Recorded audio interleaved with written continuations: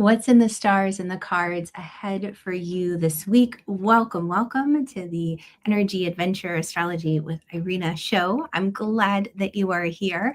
As you hop on, give me a quick little hello. Let me know where you're watching from, because today I want to talk about how to protect your energy as an empath. And there are three specific ways that I want to offer to you, invite you to play with to help you through this busy season, especially as we're moving towards a full moon in Gemini, because that Gemini energy, it really helps bring through a lot of mental stimulation.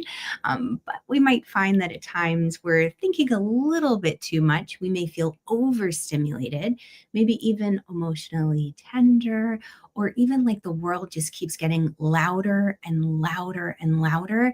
And it's hard to discern what are our thoughts and feelings versus everyone else's. And then, especially today, if you're watching with me live Monday, the energy is really one of almost urgency, like act fast, act now. There's a bit of, you could say, aggressiveness. I feel it as a buildup, almost kind of like, don't think, just act, go, go, go, go, go. The tricky part, though, is if you take a moment to ground and realize, so if you're watching this with me live, it's Cyber Monday, there's a lot of urgency that is being pumped out onto the airwaves, whether it's in your email inbox, ads that you're getting, watches buzzing, phones going off with alerts. That in and of itself is pretty loud, making it hard to discern your empathic, intuitive insights and what you really want. But then also, as an empath or a curious seeker, it's easy for us to tune into collective energy. And I'm trying to think of something because, it happens so subtly and so quickly that at times we just don't even recognize it or realize it. And it could be something as simple as I got an intuitive hit, to check to see if this one company, oh, you know what it was? I got an intuitive hit to check my email. I saw this one company that I never really order from, but I'd ordered a gift for someone. They sent me an email saying such and such is on sale. And I felt this urgency, like, okay, let me jump into it. Let me purchase this as a gift for this person. But I had to pause and I had to ask, is this my urgency? Is this my feeling? Because you see all these countdown timers. Sale is going to end. So many people are viewing this too. What's in your cart is in their cart. Just do it. Don't think. Just act. Holy cannoli. I don't know if you're feeling it. Let me know. Hopefully I'm not the only one. I don't think I am. That's why I want to share with you the techniques that I'm using for myself and with my clients this week. So good morning, Julie. So great to have you. Susan, so glad that you made it.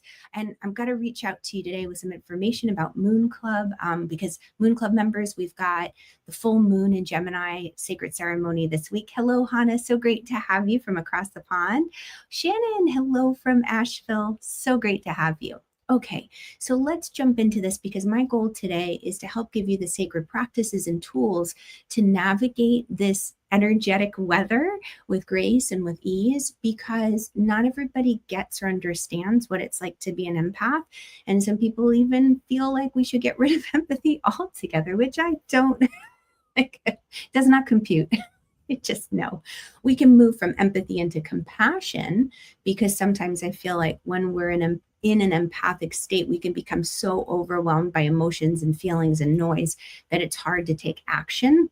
But when we're in a state of compassion, we can be present, we can help, we can offer our hearts, our love, our acts of service without losing ourselves or giving away our energy. And I want to talk about those kinds of things today so that you can stay curious and open-hearted without feeling like you need to harden your heart in this world. Because, oh my goodness, we're so blessed that you're here on this earth, bringing and sharing light and radiating it in the way that you do. So I'm going to invite all of you to place your hand on your heart and just tune in while I pull a card and just ask, what's the most important thing that you need to know going into this week ahead? I'm going to shuffle it and just kind of see who pops out to me. Six of Swords. So the Six of Swords is really a card about where you go, there you are. So we may be searching and seeking for those calmer waters. And this card is saying, yes, those calmer waters are ahead. So I realize my makeup is running. Holy cannoli.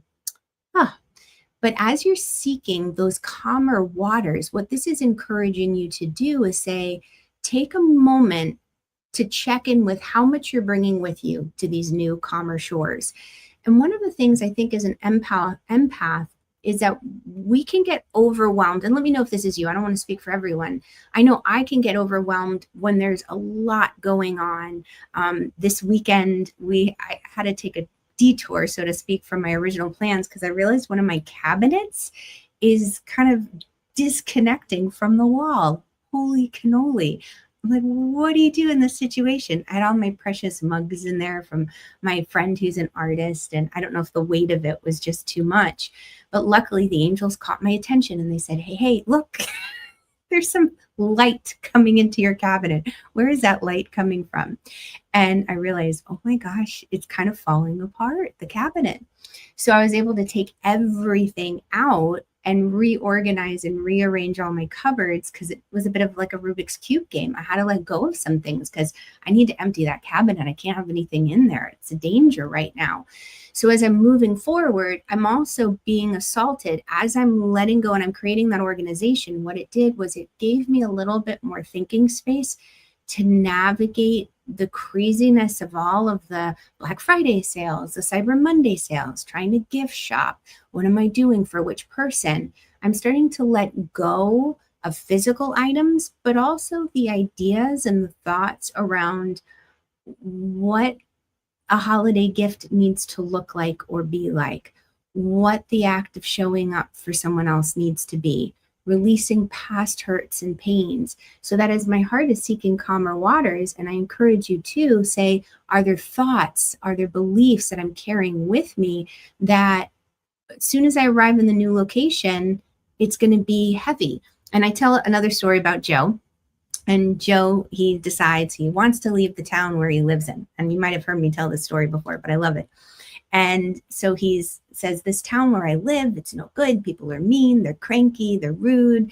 They're just not helpful. I want to move to a loving community. So Joe packs up his home and he loads the U-Haul and he drives off. And as he's driving cross country, he stops at this beautiful little gas station and he'd been seeing signs for a town ahead. And he stopped at the gas station and he asked the attendant, hey, what are the people like in this town? And the attendant said, well, what were they like in your last town? And he said, oh, they were terrible. They were no good. They were rude. They were mean, thoughtless, da, da, da, da, da. And the gas attendant goes, yeah, they're pretty much the same here. And it's not that they were, but if we are embodying a particular energy, if we're carrying that with us, we're going to attract similar experiences, even if we change locations, whether it's jobs, relationships, towns where we live. This is saying this is a great time for release. The nights are getting longer. We are going into that deep cocoon phase so we can get ready for rebirth. And this leads me into one of the practices out of the three that I wanted to share with you today. It's really kind of the third one, but I'm going to just touch on it briefly, which has to do with a way of calming the mind. When your mind is racing, whether it's 3 a.m. or it's 2 p.m, if you're just being assaulted with all the thoughts and you're going into worry and the mind just keeps circling over and over and over, there's a practice that comes from the yoga traditions. It's a meditation. It's much more involved. What I'm going to give you is kind of like a abridged version, which is where you just bring your thumb tip to each fingertip. And I'm going to bring you through the practice here in just a little bit. I don't want to jump too far ahead, but the idea of this is that you are really connecting with the cycle of creation, recognizing that we get inspirations and ideas, that when we get those inspirations and ideas, we start to flow with that energy and move with it and engage. And at some point, as we're living, so like a birth, a living, we need to release and let go. And that 6 of Swords is really about saying what needs to be released, because otherwise it's just going to take too much to get to where you want to go. It's going to take longer. It's going to be harder. How can you travel lighter? And then finally, that pinky finger is symbolizing the restoration or the renewal.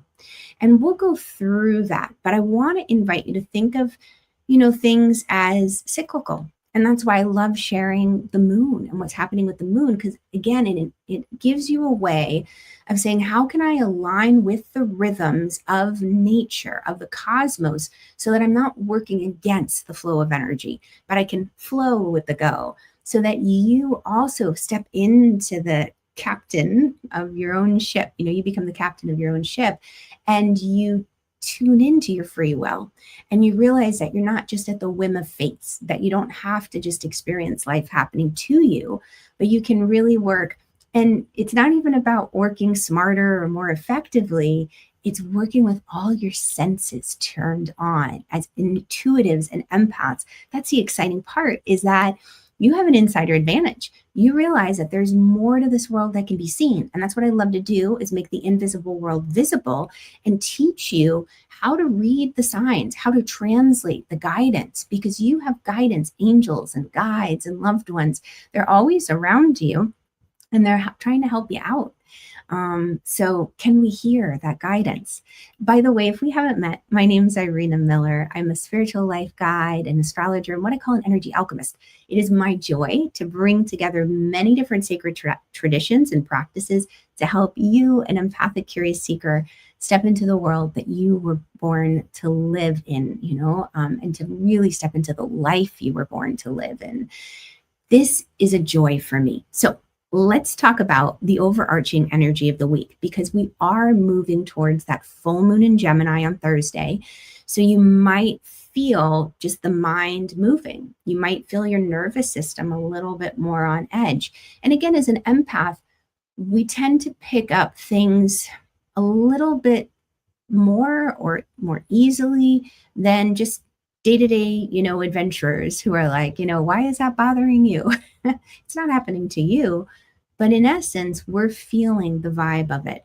So cultivating your energy, your frequency, which is really just your attitude and your mindset this week, is going to help, how do I want to say, create your experience.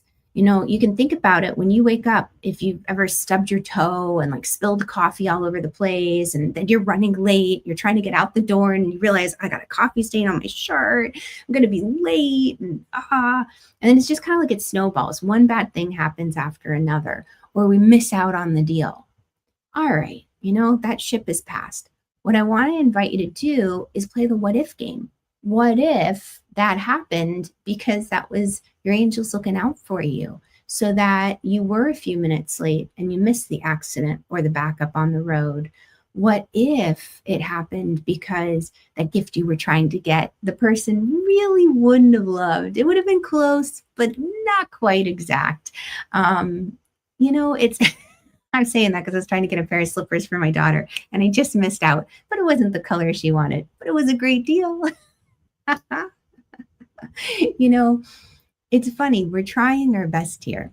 So just take a moment and start to recognize when ego, and I think ego is a good thing, by the way, but when we're trying so hard to make it work, we're working so hard, and we're trying so hard, and that's amazing. I tend to draw in and attract people who are incredibly resilient, and they are hard workers, and they show up for life.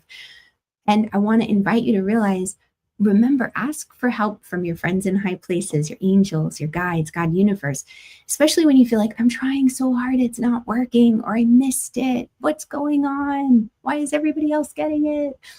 Say, oh my gosh, maybe because I'm trying to do it all by myself. Okay, angels, okay, guides, where do I need to go? What do I need to pay attention to? And that's what really these gatherings are all about. So working towards that full moon in Gemini, the energy is building. Today, Monday, you might feel it really kind of intense, urgency, maybe even a little aggressive. So I'm going to give you practices to navigate through that. But in the meantime, something else I wanted to share is that we have this beautiful energy coming in this week between the planet of relationships, Venus, the planet of transformation, Pluto. And it's these two planets are having a conversation that are really encouraging you to examine who you trust and what aligns with your values, especially in a world that sometimes feels anti-empathetic. So on Tuesday, this might stir up a little bit more, especially after the noise of like the busy weekend, Thanksgiving in the States, sales, yada, yada, starts to quiet down. I want to just give you a moment to realize, take time on Tuesday, and I'll break down each day, day by day. But this week, there is something that stirs within the heart. Does this, does this really matter to me? Is this in alignment with my values? And by the weekend, there's going to be some deeper understanding of an emotional truth where more mature conversations can happen, and there'll be healing insights that unfold. So those are two of the really big things that kind of unfold this week. But if we look day by day, what I'm going to do is break down where the moon is, general energy of how that moon flavor can show up during the day and how you can harness it to make the most of it. And we'll pull a card as well. So today, Monday, the moon is in Aries. And again, like I've said, it's a fast energy. It might be a little sense of urgency, act now, a little bit of impulse. But as we move towards the afternoon, and exactly, double check, 1:14 p.m., I believe. Yep. 1:14 p.m. Eastern, the moon goes void of course all the way until like 10 p.m. at night, 10:13 to be exact. This is Eastern. Please adjust for your time zone. And why do I point this out? Well, in the morning, there's all this urgency, urgency, urgency, urgency. And then by the time we hit, like right after lunch here on the East Coast, you might find that things start to slow down. It becomes a little more reflective. When the moon goes void, of course, avoid making any big purchases unless you've already been thinking it through. Avoid starting new projects. Avoid doing anything where you want something to come of it. It's really a reflection time. It's a time that's great for making appointments that you want to fall through. Or it's great for doing admin work, cleaning things up, releasing and letting go of things, journaling, meditating. So get most of the work done in the morning that you really want to be effective with and kind of wrap up and come to a conclusion or have it positive or any outcome. Because by the time we hit that 1:14 p.m. Eastern time frame, the moon starts to slow down. And when she's void, of course, all that means is she's not talking with any of the other planets in the sky. The moon is kind of relaxing. She's hanging out. She's not chatting with her other friends. It's just that kind of quiet, introspective time. And we feel that because the moon affects our day-to-day rhythms, our emotions. It can help us tap into our intuition. And if I pull a card and just ask, how can you make the most of Monday's energy? We'll see who comes out, the Empress. So it's a timing factor. If you feel like you're missing out on things, if you feel that urgency, I'm going to invite you to ground. So this is really the first thing that we do in these 3 steps I want to give you today. And to begin the grounding, take in a couple deep breaths. And as you take in that deep belly breath, what starts to happen is you become more present in the physical body.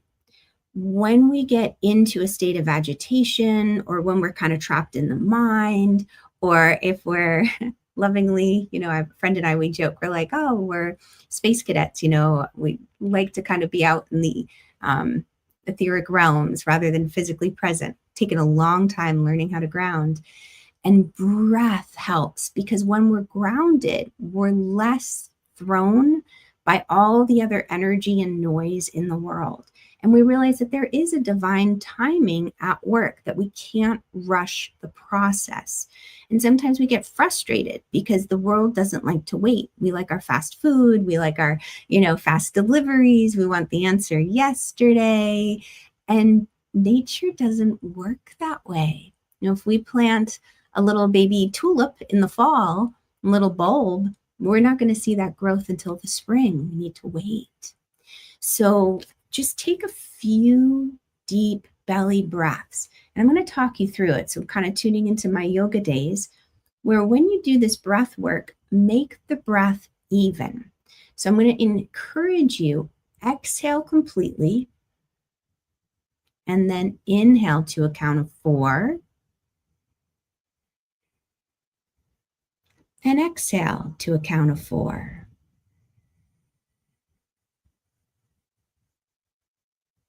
And we'll do 2 more rounds. Inhale 4.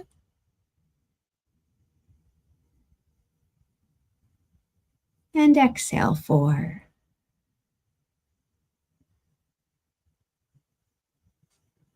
You can continue doing those deep belly breaths. And if that's an easy rhythm for you, can you feel the shift and the change in energy already? So much fun. If that's an easy rhythm, see if you can exhale to a count of 5. Breath work will calm your nervous system. It will put you in your right mind so that you don't look back and say, oh my God, why did I do that? Why did I buy that? Why did I say that? Why did I do that? When we're caught up in the collective noise of the world, it's hard to be discerning. And that first way as an empath to protect your energy is to make sure you're taking deep belly breaths. And again, this is just kind of like a little sneak peek. In my yoga days, breath work was considered such a powerful practice that often it wasn't taught until after physical yoga postures were mastered. Because it takes a lot of flexibility, it takes a lot of strength to be able to sit up tall, and it takes patience. It's encouraging us to pause, to ground, to be in body before we react. So I'll encourage you this week, take just a few minutes. It could be when you're washing your hands. Just take those deep belly breaths. It could be, right before you go to bed at night. Anchor it to something else that you do during the day so it doesn't feel like you have to add a whole bunch of things. But the idea is that you act with intention, not urgency. Tuesday, the moon is in Taurus. Oh, yummy, yummy. Taurus moon is going to invite us to slow down, pay attention to your physical body, and really just do the things that bring comfort. A good meal, a fuzzy blanket, your comfy pants. You're laying the foundation and the groundwork. And so for that Taurus moon on Tuesday, how can you make the most of it? And she comes out upside down. And when a card comes out upside down, the energy is the same as right side up. It's just there's a block to it. And there might be some little nuanced differences.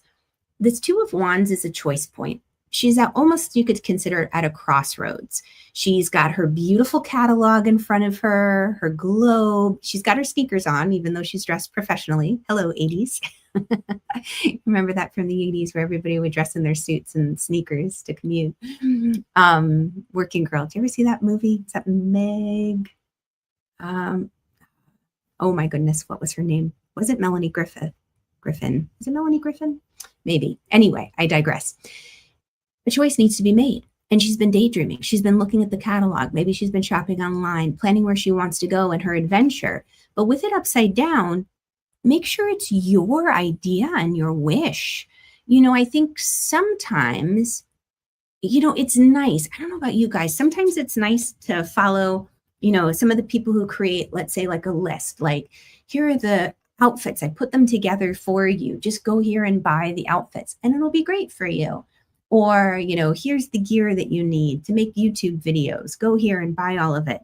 And what you might discover is, oh my gosh, that outfit looked great on the person I was watching, but my body's completely different. It doesn't work with me. Like chinos or pedal pushers or cropped pants. I love them. And even the wide leg pants, but my short little legs, I don't know that I can pull them off. They look so good on other people and I try, but I don't think it works for me. So this is saying, okay, the choices and decisions you're making, make sure that they are going to be in alignment with your values, your truth, and what matters. And that kind of goes back to the conversation that Venus, the planet of values, what matters to you is having the conversation with Pluto. Transformation is really a revelation of sorts because it's a breaking down into the deep-seated truths. What works for you? What's in alignment with you? So maybe you found or discovered you ordered something and you're like, oh my gosh, that really wasn't me. I need to make sure I return it or I gift it to someone. Okay, Wednesday, the moon is still in Taurus. So think about this as a great day to do the grounding practices. So the first part of grounding, the breath work. And so breathing in for 4, exhaling for 5 if you can. And if that's not possible, just in for 4, out for 4. The goal is that the breath is even in length, because we tend to take a longer inhale and shorter exhales throughout the day. We tend to only breathe into the upper portion of our lungs, which sends us into a fight or flight state. When we take the deeper breath and we get the breath into the lower lobe of the lung, we trigger the cilia down there. It's kind of like the nose hairs that send a message to the nervous system. Okay, I might be under stress, but I'm not in fear of losing my life. This is just, rather than the saber-toothed tiger, it might be the cyber-toothed tiger. Day-to-day kinds of stresses of modern world, but we're not in fear of losing our lives. What can happen is when we're doing those shallow breaths, it puts us into that hyper alert fight or flight state. And, great for quick responses. Thank God we have that. But if we're living our life day in, day out like that, we're constantly pumping cortisol, overworking the adrenals, and it's just not good for our body, especially as an empath, because again, we pick up on so much more noise than people who are not tuned into that empathy. So think of Tuesday, you're taking your deep breaths, and Wednesday as a time for grounding. And for this grounding practice after the breath, what I want to invite you to do is we're going to tune into that earth energy. So many different ways to ground. Breath is one.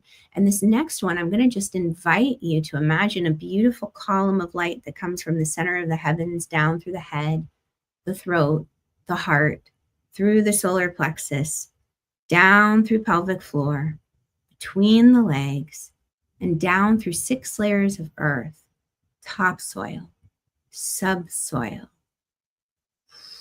a layer of granite, a layer of fire, crystals, magma, to the very core and heartbeat of Mother Earth. And again, I did that very fast. You can do that slow, slow, slow. I share this at least every week, but if you don't have my grounding practice, irenamiller.co/get calm, you can listen to it here. And it's a 2-minute guided visualization to help you ground. By grounding, what you are doing is, again, you're able to practice discernment. What is my feeling, my thought, my emotion versus what I'm just picking up on the collective? There are ideas floating around us all the time, and we pick up on it. I don't know about you, but even just like somebody pops into your head and you're like, oh, wow, I haven't thought of that person in a while. I should reach out to them. And the next thing you know, they reach out to you. They send an email or a text. That happened to me multiple times last week. Last week was just a busy week with the holiday I hosted. So I kept getting all these intuitive hits of these people. And I thought, okay, I'll reach out. But like on Monday, when I can be present and not like, trying to, make my tofurkey and get this out. So anyway, long story short, we pick up on what's around us. So Wednesday, how can you make the most of this Wednesday Taurus moon? Queen of Wands, make sure you rest. The Queen of Wands can really go, go, go, go, go, go, go. And she burns the candles at all the ends. So much for trying to get this on. She burns the candles at all the ends, and she can end up feeling exhausted, drained, worn out. And Taurus moon is great for rest. The Taurus knows the importance of rest, of sleep, of eating a good meal, hanging out on the couch, that the work will be there. We'll get to it. There'll always be a list. We'll never finish the to-do list. I'm married to a Taurus. So I know that energy quite well. And I giggle because it drives me bonkers. I'm like, no, I can get through the list. I'll do all the things. Who needs sleep? Who needs rest? And that Taurus moon is here to help us, right? Get into the rhythms of nature, because we're not innately born with some of these gifts. So we lean on our friends who have these gifts to teach us, to show us. Just because we weren't born with it doesn't mean we can't embody it and start to learn it and engage with it. And that's, again, why following the moon can be so helpful. So Taurus moon says, slow down, wear your comfy pants, eat the good meal. And at the end of the night, it'll be late for us on the East Coast. There's another void moon, but it starts at 8:50 p.m. Eastern. So for West Coast friends, you'll be wrapping up work. And for our friends across the pond, you'll be asleep. But what I'm going to invite you to do, even everyone, wherever you are, Wednesday night, really take time to unplug, like practice good sleep hygiene on Wednesday. And when you practice that good sleep hygiene, maybe you're unplugging, you're not bringing your phone with you to bed, or you're only reading a book, or you're doing the breath work practice, wearing a sleep mask, something to really help kind of go into the dark and the quiet and nourish your soul. And we'll do a little soul care. Okay, Thursday, we have the Gemini full moon. Okay, so Gemini full moon. Let's just talk about Gemini for a moment. Geminis are curious. They ask a lot of questions. They have a lot of thoughts going through their mind constantly because they're curious. They were the ones who were, when they were little, might have been like, but why? But why? How does that work? But why? Why? They make great journalists. They're seekers in their own sense and way. Their counterpart is a Sagittarian energy who's seeking for truth, and Gemini is seeking, why? How does this work? Why is this happening? And what can happen sometimes is information overload. If you find that your mind just doesn't want to calm down, that's when I'm going to bring you back to, and I realized I didn't share this. If you find that your mind doesn't want to still, come back to the little hand gesture. So this is from a meditation practice, which is referred to often as Sa, Ta, Na, Ma. And Sat Nam, which comes from the Kundalini yoga tradition, really is saying, I align with my truth. I align with the truth. And I align with that truth and realize that there are times for beginnings and birthing of an idea, of an item, of a thing. There's times of living, there's times of releasing, and times of letting go. And so by utilizing this simple movement of yogic hand gestures, they're called mudras, bringing your thumb tip to all the other fingertips, it's going to start to calm the mind. Each finger represents an element. So what you're doing is you're balancing the elements within you. The element of fire, the element of air, ether, ground or earth, and water. And it corresponds with each finger. And when you bring them together, you're creating a balance within your being, calming the nervous system. And the Sa, Ta, Na, Ma practice is a more involved one. And I'm not going to bring you through the whole thing. This isn't just an abridged kind of way that you can utilize it in your day-to-day world right now. If you're interested in learning it a little deeper, drop a little sun emoji. But as you do this, I want you to think of, I start, I flow, I let go, I restore. So when you bring your thumb tip to your index fingertip, you say to yourself, I start. Thumb to middle fingertip, I flow. Thumb to ring fingertip, I let go. Thumb to pinky, I restore. And if you were to even just think of a day, you start the day, I start. Throughout the day as you're living and doing your tasks, I flow. At the end of the night, as you're wrapping things up and realize that not everything on the to-do list was done, I let go. And you prepare to go into the deep slumber for healing, respite, I restore. Thumb to pinky finger. So I let go, or I start. I'm ready for that let go. I start, I flow, I let go, I restore. And you can say that to yourself throughout the day, thinking about how the Empress card came up at the beginning for Monday, the energy that was really present, which is things are in cycles. And we're doing, again, the best we can in the moment. We're showing up with the information we have, the energy that we have, the engagement, and our mind can keep racing and it can go into that double thinking, second guessing ourselves. Well, maybe you should have done this, or you should have done this, or so-and-so would have done that. Cancel, clear, delete. First thing to protect your energy as an empath, deep belly breaths. Make that inhale and exhale even. Second thing, a grounding practice. And the irenamiller.co/get calm is my most favorite one and most requested. I always give that to my clients and students first and foremost. And then the final thing is that little mudra. just a moving meditation for your hands. Excellent. So Susan, I see a little sun, so I'll get in touch with you about that. All right, let's pull a card for Thursday's Gemini full moon. What's most important that you need to know? The Emperor.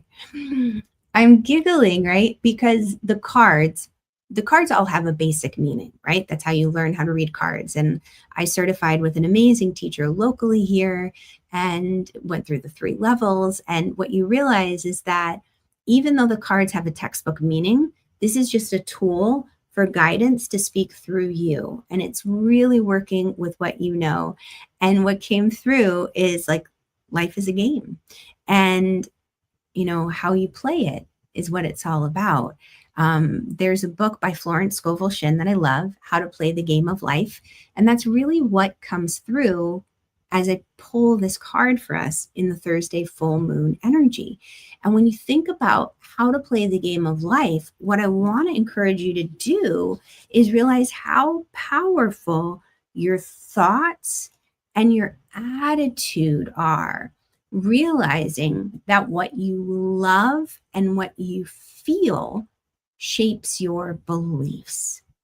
And it's those beliefs, it's that bhava, the yogis call it, the attitude. When combined with the thought or the mindset, it makes the biggest impact on your living experience. We can think all we want, saying affirmations and working with positive thought. But if we're not feeling it, if it's not in alignment with what or who we are, because it's what somebody else thinks would be good for us, we're not going to have the feeling, the energy, the emotion behind or connected with that thought. So we're not going to be able to make it a reality. And a lot of times I think we can beat ourselves up when it comes to manifesting, which really I see as co-creating, right? Manifesting, that's us. That's our ego. I love that edging God out for ego, EGO. We're trying so hard. Like, I've got this vision. I've got this idea. I'm gonna make it happen. Here's what I'm gonna do. And we talk with coaches and experts and we read the books and take the courses. Okay, I'm doing all these things and it falls flat. And what we realize, maybe like the fashion list, wow, well, that didn't exactly fit me. I needed to tweak it a little bit. And that's, again, why I love to teach alchemy and why I call myself an energy alchemist. All of these sacred practices I gather and I really curate to bring you what is most needed in this moment, to create unique energy recipe practices, to tweak them a little bit, kind of like we're in the kitchen cooking. We're taking a little bit of this and a little bit of this, and we're creating the sustenance and support that's going to nurture your soul in the moment. So as we think about this card, how to play the game of life, what I'm going to really encourage you to do is take that moment with the full moon in Gemini, and as all the thoughts are swirling in the head, write them. Do a brain dump, write it out, and handwrite, not just type. If you can't, you can speak into your phone. You can always jot notes in your phone. But if you can handwrite, all the better. Do a brain dump, get it all out onto paper, right?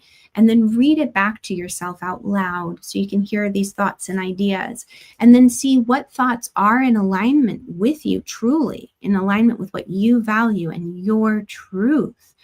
And when you do that, then you could say, all right, how do I need to shape my thoughts, my beliefs, my feelings around this in order to co-create it, to help make it into a physical reality? So I'm really getting into more advanced practices here, and I teach my energy alchemist in the energy alchemy program. But I want to share it with you because I feel like, if it's too much, too overwhelming, let it go in one ear and out the other. But if it sits well with your heart, this is a key piece into really co-creating the life that's been living in your heart and to make it a reality. Okay, so let's talk about Friday's energy. Friday, the moon is still in Gemini. And again, Gemini is talkative, it's curious, it's thinking, it's about expressing yourself. Great day for journaling. Meditating would be hard with the Gemini moon because our mind isn't going to want to slow down. So I always love for the Gemini, because I feel like with so much thought and so much element of air, which represents the mind, and Gemini's an air sign. The thing is that to channel it into something detailed. So it's not like the Aries energy or any of the fire signs, Aries, Leo, Sagittarius, where it's like, okay, let's get up and move our body, physical. Sure, with a Gemini, maybe go out for a run. But what I find can be so cool is making your hands busy with some kind of detailed work. So whether it's the sa, ta, na, ma, or the I start, I flow, I let go, I restore with the thumb tip to each fingertip, or like something detailed like crocheting, knitting, paint by number, or something that requires your mind, but, a puzzle. But again, it's calming. It's a calming practice, maybe Sudoku. It's kind of fun. All right, I'll leave it at that. Let's pull a card for Friday. I don't think I pulled one for Friday. I didn't. So how to make the most of Friday's energy. I'm feeling this Gemini energy big time. 8 of Pentacles. So the 8 of Pentacles is take a moment to just step back and realize where your curiosity has led you. I love this woman because this is a great Gemini energy. Even though Pentacles is an earth sign, she has studied so much and she is certified and accomplished so much, how do I want to say, recognition for her curiosity and her studies. So with the Gemini mind or the Gemini moon, if you are falling into the thought of like, oh, and I want to learn this and I want to do this, and what about that? And what about this? And how about this? Take a moment just to step back and realize how much you've learned and how much you've done. And make sure that if there's anything that hasn't been fully kind of wrapped up, you realize, because with that full moon energy, it's about things coming to completion. So if there are any loose ends, like with my mediumship certification, there was some paperwork I didn't turn in, and the opportunity to do deeper study with my teacher came up. So I thought, okay, this is the way I'm going to wrap that up. I'm going to do the deeper studies with my teacher and finally get that piece of paper, that certification from him. That was something that was really heavy on my heart and mind. So maybe as you're looking back, you might say, oh, wow, I just didn't finish this one thing. I'd love to be able to just wrap this up. Anyway, Geminis, they're all fun energies. Who am I kidding? I love them all. All right, Saturday. Saturday is a Cancer moon. So Cancer moons, that's where my moon is when I was born. And just P.S., the moon, where it was when you were born, will always be there. So whatever zodiac sign it was when you were born in, it will remain that way. And if you wanted to know more about your particular moon, and you're like, well, I don't know where my moon is, Irena. I don't know how fast it's moving or how slow, or what I can do when things and times are stressful. What I'm going to encourage you to do is I do a moon map report, and it's irenamiller.co/moon, MOON, dash map, MAP. So irenamiller.co/moon dash map. And when you go there, what I do with that moon map report is I ask you for specific information about your birth time, date, place, and then I run a report for you that I personalize in detail just to you. And I let you know more about your moon, because the moon never changes where it was when you were born.